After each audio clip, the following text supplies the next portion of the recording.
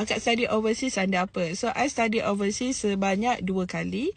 First, after I diploma dalam business insurance dekat UiTM Lendu Melaka, I sambung degree ataupun kita panggil Bachelor of Commerce, major in accounting dekat University of Queensland, Australia selama 2 tahun under Petronas Scholarship. And then after that, after kerja, I took a year unpaid leave untuk study ACCA dekat Dublin Business School Ireland under MARA Propi ataupun kita panggil Professional Program, whereby MARA ni adalah convertible loan, but then Petronas adalah fully sponsor lah scholarship. So MARA ni pula kalau kita dah belajar, kita kena bayar balik beberapa persen mengikut term and condition. So I dah study overseas selama sebanyak 2 kali dan dua-dua under scholarship dan satu lagi under convertible loan.